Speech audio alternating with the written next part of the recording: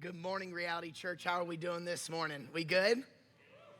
Shout out to our Lancaster City location. We love you guys. We're so glad that you guys are joining with us and anybody else who is online with us to morning. For those of you who don't know me, I'm the youth pastor here. So if you don't like my message, come back next week, okay? So just saying, my name's Connor, and I have the privilege of working with our 6th through 12th graders. I love, one of my favorite things about my job is I get to meet a bunch of you. I get to hang out with a lot of you. And one of the things I do is a lot of small talk, like a ridiculous amount of small talk, okay? You might think that I'm extroverted, but I'm actually a fairly introverted person. And so small talk can sometimes be a little tricky, especially if you've had the same conversation like 30 times in the same week, okay? But here's something I've noticed in all of my time as a pastor and just like here, like in the working world. When I go up to somebody and I ask them, hey, how are you doing? How's it going? 90% of the time, a person says, oh, you know, just busy. You know me, tired, exhausted. I got a lot going on. 90% of the time, somebody is expressing to me how busy they are.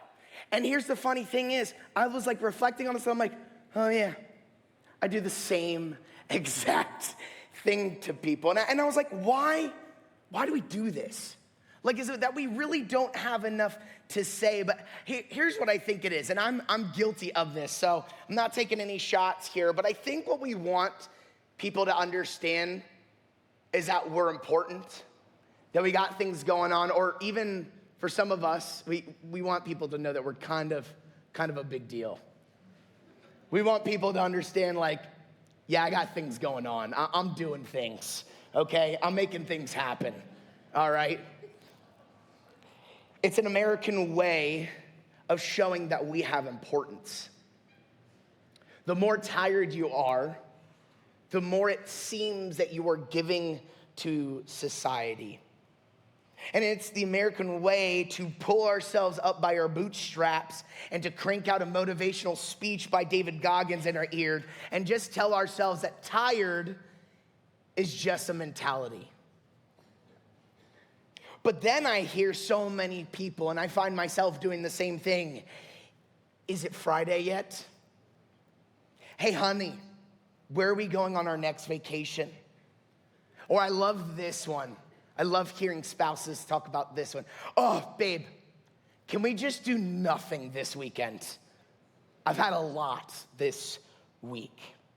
See, we are enveloped in a life that is constantly moving. We are in a culture and in a society, not just in America, but specifically even Lancaster County and Lancaster City, where we are constantly on the move. We are in a world where there's always something to get done. A house project, homework, there's family drama, there's guilt of not being a good mom. So I signed my kid up for 30,000 things like soccer camp, basketball camp, football camp, and camp. And I thought this summer was gonna be relaxing. Our businesses are just taking off, and if I can just get this situation, if I can just hire this next person, or if I can just put out this next thing, or if I can get our family financial situation figured out, if I can just do Dave Ramsey enough and just get my debt right there, I think I can finally relax. And on top of all of this cultural, societal pressure and inward pressure we have a device in our front right pocket that is designed to suck you dry with your attention. That is literally invested billions of dollars to get your attention. Do you know what economists are trying to do now? They're not trying to sell you a product anymore. It is a well-known fact that it is all about your attention. And I don't know if you're like me, but after a good old doom scroll on TikTok or Instagram or Facebook, okay? I'm trying to hit all the ages here. It's tough, all right? MySpace for some of you, that doesn't exist anymore. Somebody's like, I do LinkedIn. Anyways. Totally off track now. But all these things are designed to suck you dry. Man, after spending time on some of those devices, I don't know about you, but I don't feel rested at all. Actually, I go, where did my time go? Why do I not feel better? This is one of, if not the greatest spiritual battle that none of our forefathers have ever experienced. No one in church history has ever experienced this battle like we have. It is the ability to find rest in God. And I say that line on purpose, not just rest, because many of you are really good at that. But rest in God. Today, we are starting a brand new series called Summer with God, and we're gonna talk about all these different habits and way of connecting with God that hopefully by the end of this series, you have a plan and an idea of how you're gonna connect with Jesus for the rest of the summer. And what's so funny is, I don't know if you know this, maybe this is your first time here, you haven't been here in a minute. Our lead pastor, Joe, is on sabbatical right now, which is a common thing that pastors get. Here at Reality, we give sabbaticals every 7 years for pastors because being a pastor is tough. It's tough on a family, more specifically. And so Joe is taking the next 3 months. He'll be back in August or September to rest. And I remember Joe's planning out the sermon series, and he's texting all of us like, Connor, can you do this? This person, can you do this? And I remember him giving me why God gives us rest. And I was like, let's go. I'm gonna freaking wreck people. Oh my gosh. I'm like, I've studied this. My small group did a Sabbath study a few years ago. I read Ruthless Elimination of Hurry. I listened to John Mark Comer. Oh my gosh, I'm ready. And then my summer got so filled. You guys, I sucked at this summer. Oh my gosh. I think God's funny, where he's like, this is gonna be amazing. I'm gonna teach you something, Connor, through your own sermon. But I have been so busy. I've been doing weddings, speaking engagements, all these different things. I had my in-laws stay with me with 3 little kids. It was psycho. It was amazing. And then I also have a toddler at home that is starting to say no. Pray for me. Praise God for the nursery. And then I love her so much. My wife thinks resting is going on hikes. I love you, sweetie, okay? You know how they say don't marry into families that do marathons? I married into a hiking family, okay? I have found through personal study and experience how true resting in the Lord is extremely and incredibly difficult. People love this topic. People love sermons on this, podcasts, books on it. It's because we're all craving it. This is why I joked about it before, but I'm gonna quote him a lot this morning. That's why John Mark Comer's book, The Ruthless Elimination of Hurry, is one of, if not still, one of the most popular Christian books out there right now. It is because we are craving this. But the tough part is, you're gonna hear this sermon, and the temptation as you leave here today is the beast. We good? We good? Okay. The beast. Man, yeah, give me that microphone. Here we go. Give it up for Mike, you guys. Thank you. Testing 1, 2. There we go. The beast of your day in and day out is going to swallow you whole when you get out of here. You're gonna feel amazing, and then you're gonna walk out of here, and the pressures of getting your kids everywhere and all the things that you have to do, and social media, all of it is going to try to suck you in. This does not happen on accident. You've never heard somebody go, they accidentally rested. They accidentally felt good, right? No, that does not happen. And so that's why when John Mark wrote this book, and I love this story, when he wrote this book, he used a quote. And the book is called Ruthless Elimination Hurry because of a quote by a man named Dallas Willard.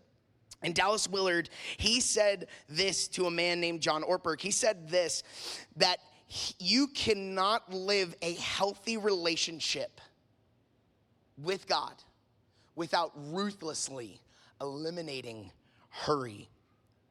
Let me just say this to some of you this morning. I want to get Pentecostal on you and declare this over you this morning. You were not designed for hustle culture. You were not designed to grind. Yes, you were designed to work hard and do the job that you were designed to do, but you were not meant to not rest. See, we were made in the image of God, the Imago Dei, which means that you have the same DNA that God did. That means you were made in his likeness. And when we look at the story of creation in Genesis, it is an incredible story of God meticulously creating and working and designing and doing these amazing things that we enjoy now. He worked for 6 days. And then one of the oddest moments early on in the Bible story, it says this: on the seventh day, when God created the world, when he was done with his work, when he was finished, he had rested on the seventh day from all of his work that he had done. And God blessed the seventh day and he sanctified it, because on it, he rested from all of his work. Let me ask you a question. Does God need to rest?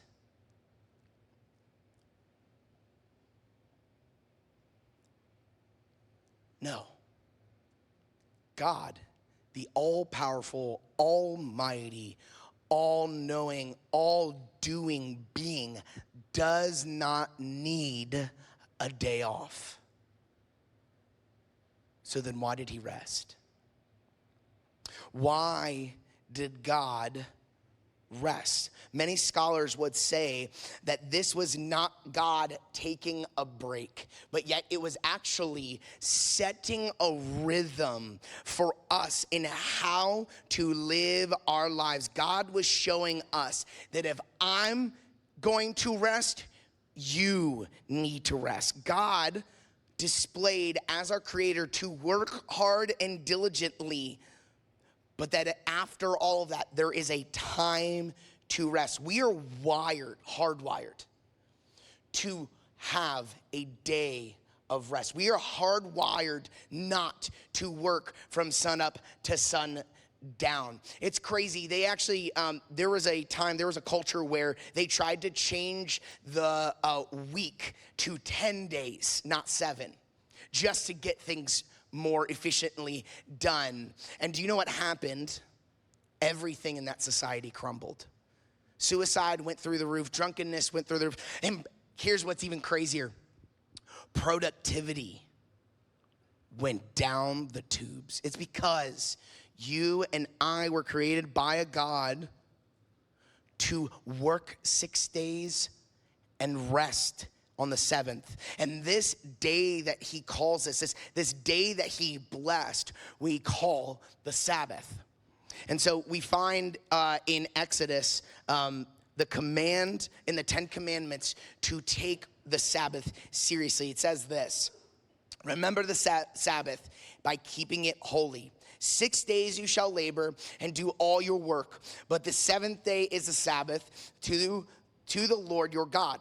On it you shall not do any work, neither you nor your son or daughter, nor male or female servant, nor animals, nor any foreigners residing in your town. For in the 6 days The Lord made the heavens and the earth and the sea and all that is in them. But he rested on the seventh day. Therefore, the Lord blessed the Sabbath day and made it holy. See, God has given you a way of living. He's given you a designed pattern in which you should operate. But why does God do this? Why does God give us rest? What is the reason for rest in our lives? Because there's some of you who feel like, man, I can just keep going. I've actually never taken a Sabbath, and I've never done this before, and I feel great. I can keep going. And I have 4 reasons why we should not just take the Sabbath, but to have a restful life, to have restful rhythms, to leave our work at work and come home and be present, and to take vacation time, and to find moments in our day to rest. And here are 4 reasons why. Reason number 1 is this.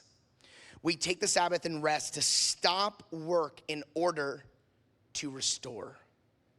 I love this quote from a commentator, Joshua Joel Spiralza. He says this: rest is a restorative break. Some of you long for a restorative break. It is a restorative break from our labor and worldly striving. In the Bible, it is an essential feature of the Sabbath, a day of rest on which no work was to be done. As a time of peace and calm, free from work, rest comes to symbolize salvation itself. And what I found on my journey in understanding rest and Sabbath and this entire topics is I would look at my life and just sense how chaotic I feel. Like there is something in human nature, in our being that just wants to do and is restless, even when we feel like we're taking a break. And what ends up happening is I don't know about you, but I end up just sitting down on my couch, binging Netflix, sometimes maybe not doing anything on a Saturday, and doom scrolling, sending memes to my wife on the couch. And then I wonder when I get to work on Monday why I feel exhausted still. Anybody feel that? Anybody get to Monday and still be like, I need another weekend? Or this is even worse. You go on vacation and you feel like you need a vacation from your vacation. Can I get an amen on that one? We've all been there. Why do we not feel rested? It is because the things we are going to are not actually restoring us. I want to say this to you. Feeding your flesh is not rest. I'll say it again. Feeding your fleshly desires does not bring you rest.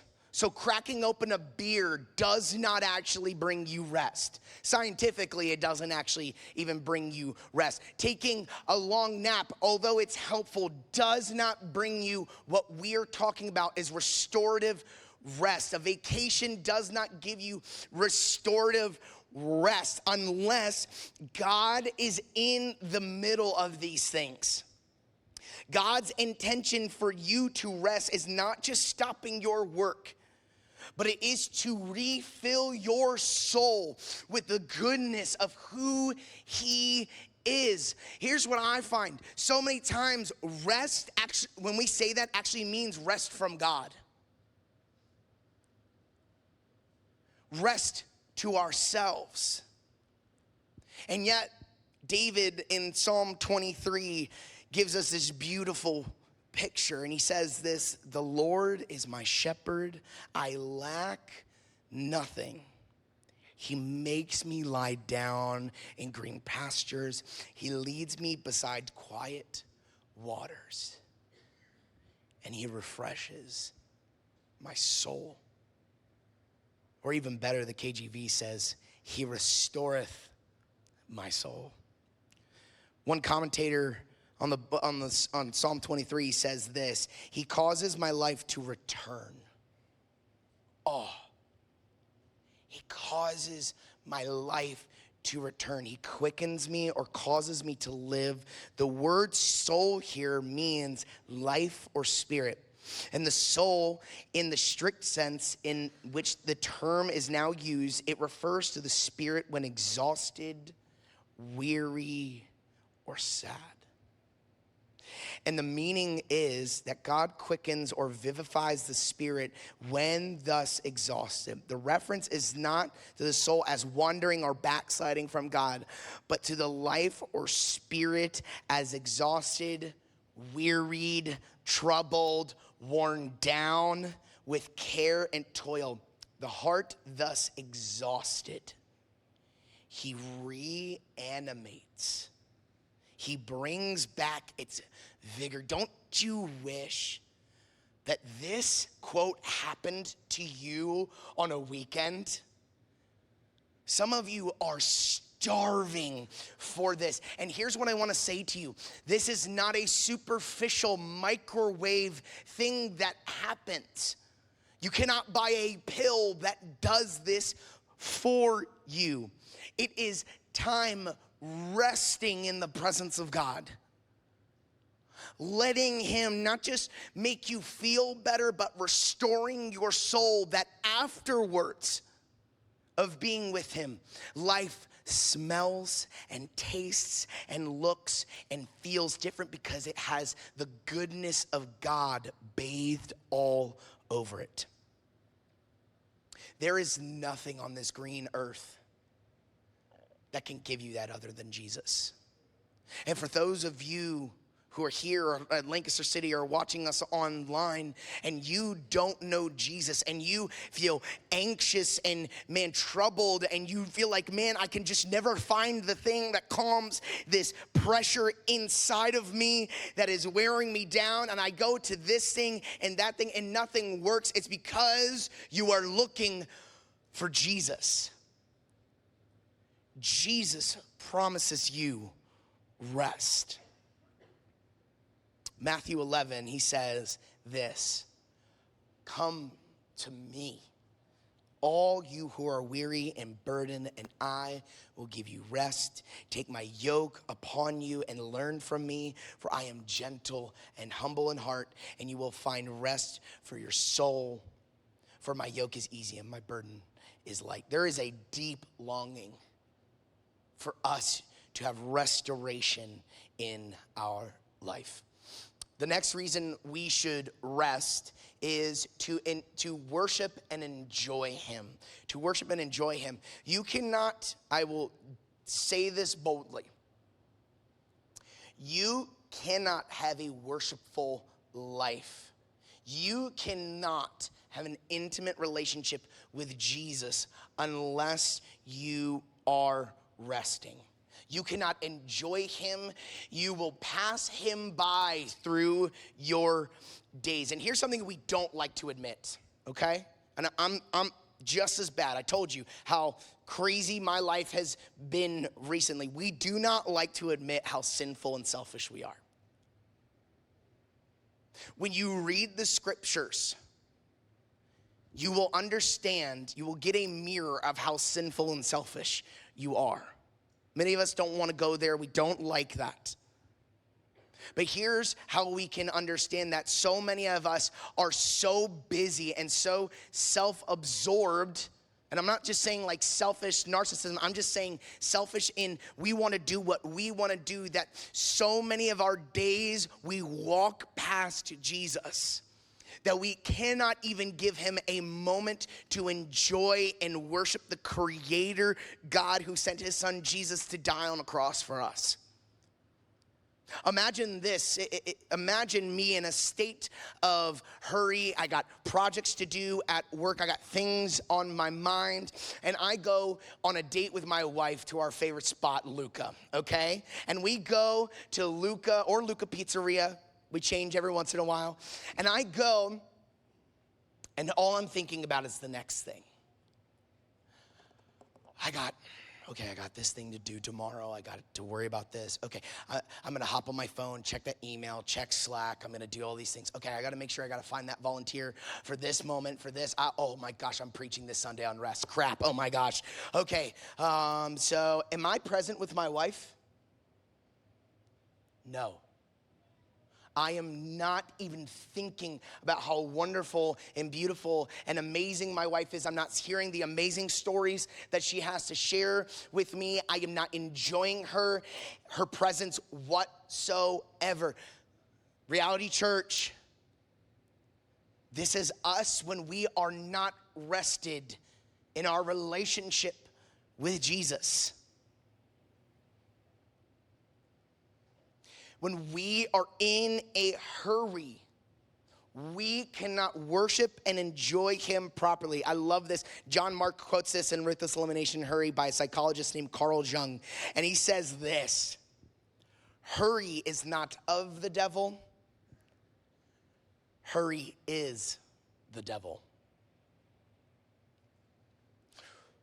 When you find rest in God, and I'm talking about a moment in time and a rhythm of sitting in the presence of God and resting on him, not out of guilt, but out of self-reflection,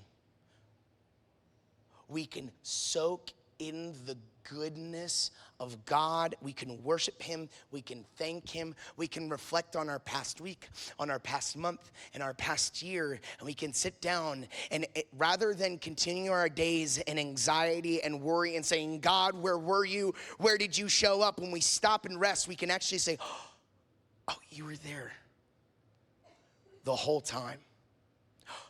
You showed up when I needed you the most. And out of that sparks worship and praise. Romans 12, 1-2 says this: therefore I urge you, brothers and sisters, in view of God's mercy, to offer your bodies as a living sacrifice, holy and pleasing to God. This is your true and proper worship. Rest is not always easy to get.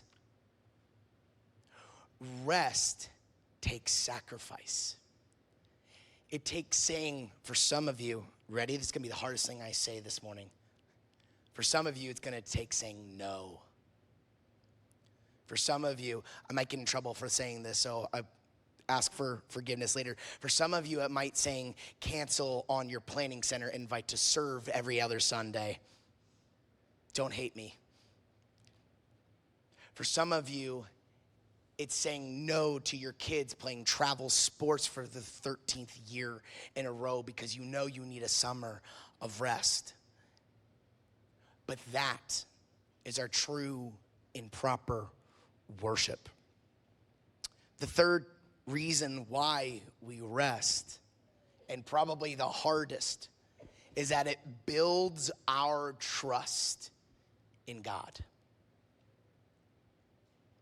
Resting forces us to trust that God is going to take care of everything.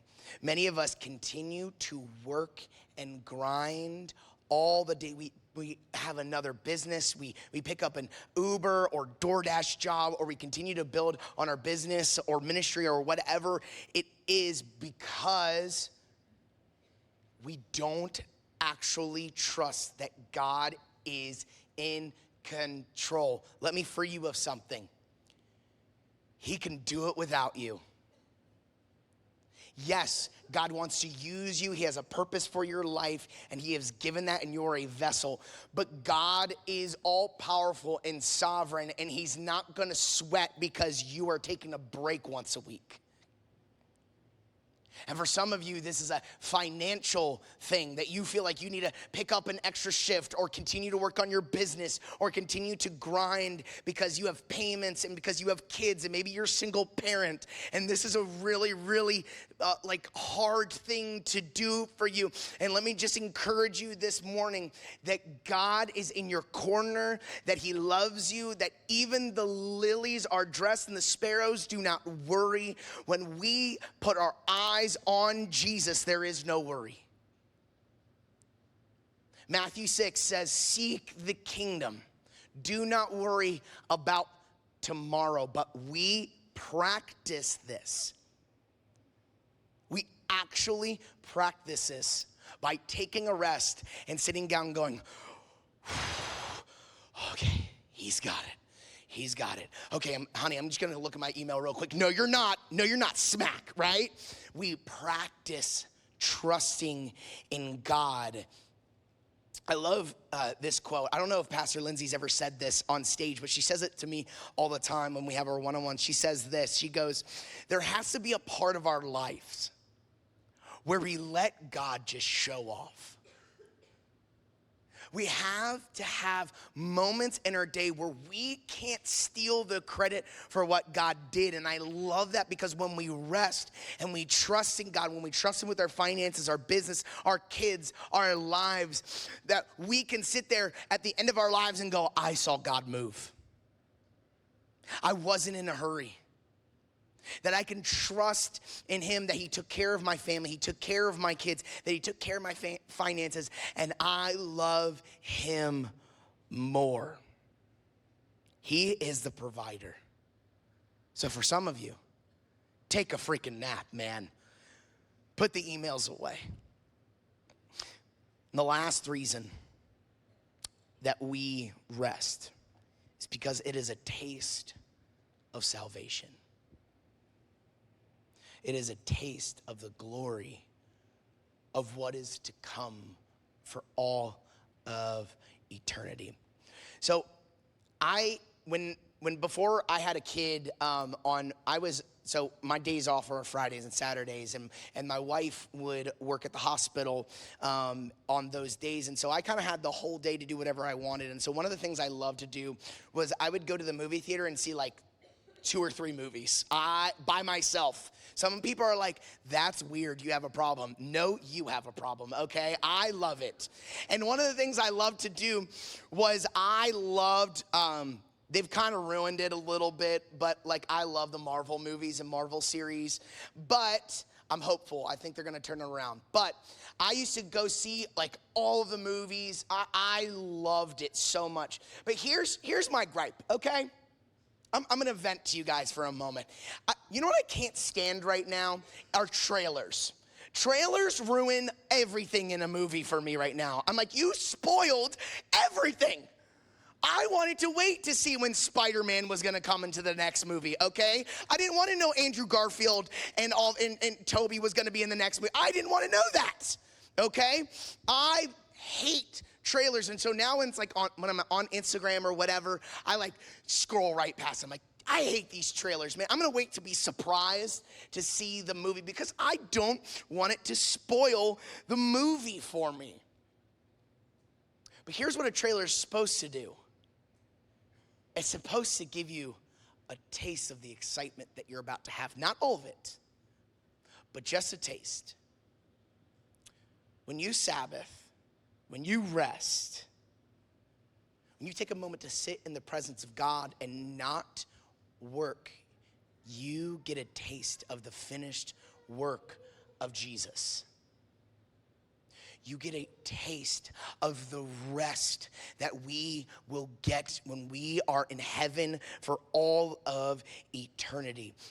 I love this. The author of Hebrews puts it like this, and sometimes Hebrews is kind of hard to understand because we need to understand the Old Testament almost fully before we understand the book of Hebrews. But it says this, therefore, let us make every effort. Do you hear that? Every effort. Cancel every plan. Make everything. Put it in your Google Calendar to enter into that rest, in order that no one may fall in the same pattern of disobedience. And what the author of Hebrews is talking about is the people of Israel wandering in the wilderness, trying to get to the promised land, which is a picture perfect of how we live our lives until we make it to heaven. That in the wilderness, there is worry, there is fear, there is, what am I gonna eat tomorrow? How am I gonna raise my kids? I don't actually feel rested because I have nowhere that I'm planted. I don't actually really have a home, and that is our picture right now. This is why we will never be fully rested until the other side of heaven, is because we are in a sinful world, in the sinful wilderness, wandering around, waiting until we are home with Jesus. But what the author of Hebrews is saying is make every effort to enter that rest, that Sabbath, that restorative time, because you will get a taste of the rest that is to come, that it actually builds our excitement, builds our love. Jesus even says on the cross to the man that is next to him, he said, today you will be with me in paradise. When we rest, we get a taste of that. So right now, like I said, I have a son who is saying no to me, so seriously pray for me. But he's also teething right now. And for those of you who are parents, you're like, oh, buddy, I've been there. And so he's a little restless right now, and he's growing. And actually, it was funny, yesterday, he threw kind of a tantrum, like full body, just mad, like, I'm gonna beat you up, Dad. Like, he was mad. And I let him do it, and I just let him have it. Like, he just cried it out and all those things. And it was so funny. Like, I couldn't really calm him down and stuff like that. But then there was a moment where I brought him downstairs. He's still kind of crying. And then I gave him to his mother. And next thing you know, he curls up, starts to snuggle her, puts his pacifier in, and calms down. And he starts to enjoy his mom and enjoy our Saturday together. I know that's kind of a silly picture, but that is the moment, that's what it's like when you rest in Jesus. That the stress and the worry of the world is on you. And when you're in the arms of the Father, you can finally rest.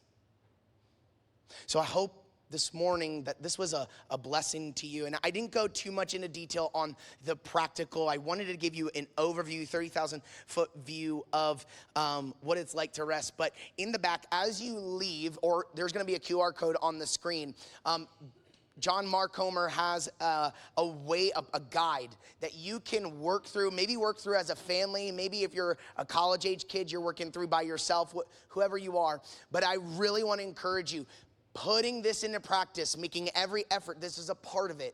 Like, there should be planning involved. You type A, people are like, yes, thank you. So there's going to be a QR code on the screen. You guys can put that up now. But in the back, as you walk out, there's like these packets that you can grab and fill those out. That's just for you to work through. And hopefully you will find rest this summer. Let me pray. Just in the theme of resting, would you just take a deep breath in and a deep breath out? God, when he created us, he actually breathed into our nostrils, and he gave us the breath of life. And so when we breathe in and out, it actually brings life to us. Lord, we thank you for rest. We thank you that you've given us a rhythm and a way of living that we can find peace. I pray for those here at Hempfield and those at Lancaster City.